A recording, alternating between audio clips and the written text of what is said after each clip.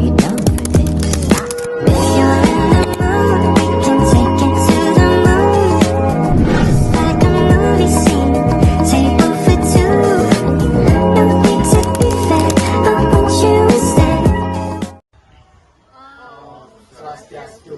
Kami dari kelompok 5 sebelumnya akan memperkenalkan diri terlebih dahulu. Perkenalkan, nama saya Kadek Tera Renita Pradewi, absen 23. Perkenalkan, nama saya Nyoman Yungko Putri Mahajani, absen 27. Perkenalkan, nama saya Kadek Wendy Susila, absen 29. Perkenalkan, nama saya Nyoman Alexandria, absen 20. Perkenalkan, nama saya Kadek Limang Laksima, absen 12. Perkenalkan, nama saya Dr. Nyoman Erlanda Suma, absen 4. Di sini kami akan membahas mengenai Kerajaan Tarumanegara. Sebelum itu, terdapat poin-poin utama yang akan kami bahas di sini. Yang pertama, ada sejarah berdirinya Kerajaan Tarumanegara. Yang kedua, letak dan wilayah kekuasaan. Lalu kehidupan di Kerajaan Tarumanegara, raja-raja yang memimpin di Kerajaan Tarumanegara, masa kejayaan Kerajaan Tarumanegara, peninggalan Kerajaan Tarumanegara, dan yang terakhir itu peruntuhan Kerajaan Tarumanegara beserta kesimpulan. Sejarah berdirinya Kerajaan Tarumanegara akan dijelaskan oleh Erlan. Kerajaan Tarumanegara dibangun oleh Raja Jayasingawarman ketika memimpin pelaut keluarga kerajaan dan berhasil meloloskan diri dari musuh yang terus-menerus menyerang kerajaan Sarakanegara. Digembarkan pada tahun 358 Masehi, Jayasingawarman membangun kerajaan baru di tepi Sungai Citarum, Kabupaten Lebak, Banten, yang diberi nama Tarumanegara. Nama Tarumanegara diambil dari nama tanaman yang bernama tarum. Tanaman tersebut dapat digunakan untuk ramuan, pewarna, dan pengawet kain yang banyak ditemui di tempat tersebut. Selain untuk mengawetkan kain, tanaman ini merupakan komoditas ekspor dan merupakan devisa masuk terbesar bagi Kerajaan Tarumanegara. Letak Kerajaan Tarumanegara berada di bagian barat Pulau Jawa yang sesuai dengan isi dari prasasti yang menyebutkan kekuasaan kerajaan saat dipegang oleh Purnawarman membentang dari Banten hingga Cirebon. Selanjutnya yang kedua, ada kehidupan sosial, ekonomi, dan politik Kerajaan Tarumanegara. Kehidupan sosial dan ekonomi Kerajaan Tarumanegara. Kerajaan Tarumanegara sering disebut sebagai Selanjutnya yang kedua adalah kehidupan ekonomi dan sosial Kerajaan Tarumanegara. Kehidupan ekonomi Kerajaan Tarumanegara menceritakan bahwa Kerajaan Tarumanegara sering disebut sebagai kerajaan maritim dikarenakan letaknya yang berada di dekat perairan. Dekat lokasinya itu pula, Kerajaan Tarumanegara terbilang maju dan unggul dalam sektor perdagangan dan pelayaran. Meskipun begitu, kondisi ekonomi Kerajaan Tarumanegara lebih memprioritaskan di sektor pertanian dan peternakan. Adapun dua golongan masyarakat dalam kehidupan sosial Kerajaan Tarumanegara, yang golongan pertama ialah golongan agama Hindu yang terdiri dari para raja dan anggota kerajaan. Sedangkan golongan yang kedua berisikan para sekumpulan masyarakat biasa yang masih menganut agama nenek moyang mereka secara turun-temurun serta agama kebudayaan. Lalu kehidupan masa kejayaan Kerajaan Tarumanegara sebagai bentuk kehidupan politik Kerajaan Tarumanegara ialah Kerajaan Tarumanegara mencapai puncak kejayaannya pada era kepemimpinan Raja Purnawarman, sosok raja yang dikenal cerdas dan berwibawa. Pada masa kepemimpinannya, Raja Purnawarman, kondisi ekonomi Kerajaan Tarumanegara terbilang maju dan pesat.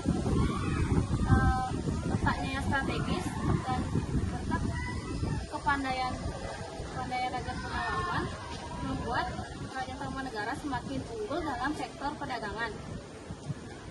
Tak hanya itu juga, Raja Purnawarman berhasil mengatasi persoalan banjir yang terjadi di daerah kekuasaannya.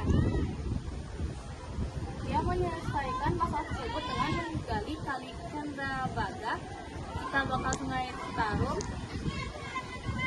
dan mengalirkan air tersebut ke laut. Dia juga membuat kali sepanjang 11 meter dalam kurun waktu 21 hari. Kemudian diakhiri dengan persembahan 1000 ekor sapi pada kaum Brahmana. Selanjutnya, raja-raja yang memerintah Kerajaan Tarumanegara akan dijelaskan oleh Silika dan Putri. Raja-raja di Kerajaan Tarumanegara. Raja pertama di Kerajaan Tarumanegara adalah Raja Jayasingawarman. Ia memerintah pada tahun 358 sampai 382 Masehi, sekaligus berdirinya Kerajaan Tarumanegara. Jayasingawarman adalah seorang maharesi yang berasal dari India. Tempatnya adalah Salangkayana. Salangkayana Nusantara karena kerajaannya diserang oleh Kerajaan Magadha yang dipimpin oleh Raja Samudragupta. Yang kedua adalah Dharmayawarman. Dharmayawarman adalah seorang anak dari Raja Jayasingawarman. Ia naik tahta menggantikan ayahnya pada tahun 382 sampai 395 Masehi. Tidak banyak sejarah yang mencatat raja kedua dari Kerajaan Tarumanegara. Hanya saja namanya masuk ke dalam naskah Wangsakerta, yakni naskah yang diunduh oleh para raja-raja. Yang ketiga adalah Purnawarman. Purnawarman adalah raja terkenal di Kerajaan Tarumanegara. Dia namanya ditulis pada prasasti di abad ke-5. Selain itu namanya dicatat dalam naskah Wangsakerta. Beliau memerintah pada tahun 395 sampai 434 Masehi pada masa pemerintahannya. Ibu kota Kerajaan Tarumanegara dipindahkan menuju Sundapura. Hal inilah awal asal muasal bernama Sunda. Selanjutnya dibacakan oleh Putri. Yang keempat ada Raja Wisnuwarman 434 sampai 455 Masehi. Yang kelima ada Raja Indrawarman 455 sampai 515 Masehi. Yang keenam ada Raja Chandrawarman 515 sampai 535 Masehi. Yang ketujuh Raja Suryawarman merupakan raja ketujuh Kerajaan Tarumanegara. Suryawarman berkuasa selama 26 tahun. Dibandingkan dengan ayah Maharaja Chandrawarman, kekuasaan Suryawarman. Yang ke-8 ada Raja Kertawarman 561 sampai 628 Masehi. Yang ke-9 ada Raja Sudah 28 sampai 639 Masehi. Yang ke-10 ada Raja Hariwangsawarman 639 sampai 640 Masehi. Yang ke-11 ada Raja Nagajayawarman 640 sampai 666 Masehi. Yang terakhir ada Raja Linggawarman 666 sampai 649 Masehi. Raja Linggawarman adalah raja terakhir dari Kerajaan Tarumanegara. Linggawarman memerintah dari tahun 666 sampai 669 Masehi. Pada masa itu, Linggawarman tidak memiliki putra untuk menerus tahta Kerajaan Tarumanegara. Beliau hanya memiliki dua putri yang bernama Winarsih dan Sobakansana. Selanjutnya akan dijelaskan oleh Tio dan Arya. Prasasti Citarum. Prasasti ini ditemukan pada tahun 1863 di desa Ciaruteun, Lilir, Kecamatan Cibulung, Kabupaten Bogor. Pada prasasti ini ditemukan penghargaan cap kaki Raja Purnawarman. Prasasti Tugu.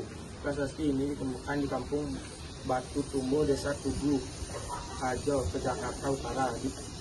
Perkiraan dibuat pada masa kerajaan yang saat itu dipimpin oleh Raja Purnawarman. Prasasti Tugu terisikan penggalian yang dilakukan Sungai Chandrabaga dan Sungai Dramati, Bekasi, yang ditulis dengan huruf pahlawan dan bahasa Sanskerta. Prasasti Kebon Kopi ditemukan di desa Ciriwaten, Cibubur, Kabupaten Bogor. Prasasti ini ditemukan pada awal abad ke-19 oleh Belanda. Prasasti kebun kopi juga ditulis dalam lontar bahasa Sanskerta dengan gambar telapak kaki gajah. Prasasti kebun kopi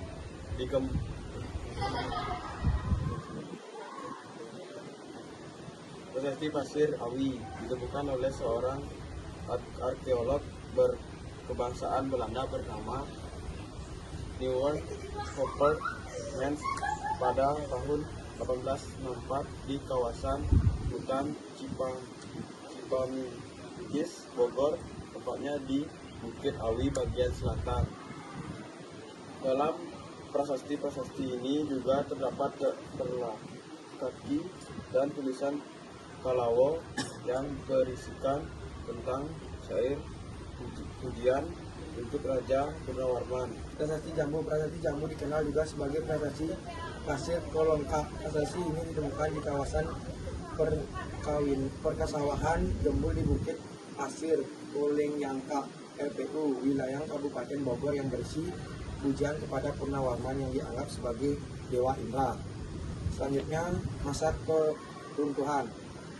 Perpecahan kerajaan pecahnya Tarumanegara menjadi Sunda dan Galuh diambil dari naskah Wangsakerta. Disebutkan bahwa Linggawarman yang berkuasa di tahun 66 disebut banyak memberi amanat kepada raja-raja kecil di daerah untuk mewakilinya.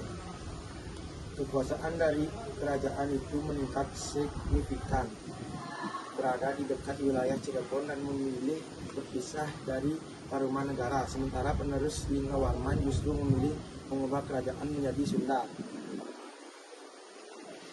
Masa keruntuhan kerajaan Tarumanegara. Keruntuhan kerajaan ini diperkirakan terjadi di pertengahan abad ke-7 Masehi sebelum Masehi. Selama 3 abad kerajaan ini berdiri hingga mengalami masa kejayaan, namun pada akhirnya hancur tak tersisa. Terdapat 2 faktor utama yang membuat kerajaan Tarumanegara mengalami keruntuhan. Pertama, serangan kerajaan Sriwijaya. Serangan ini diperkirakan terjadi di tahun 650. Terlihat dari isi prasasti Kota Kapur yang menyebut Daputa yang Sri Jayasna melancarkan serangan terhadap bumi Jawa. Hal ini dikarenakan dianggap tak mau tunduk dengan Sriwijaya. Jadi dapat disimpulkan bahwa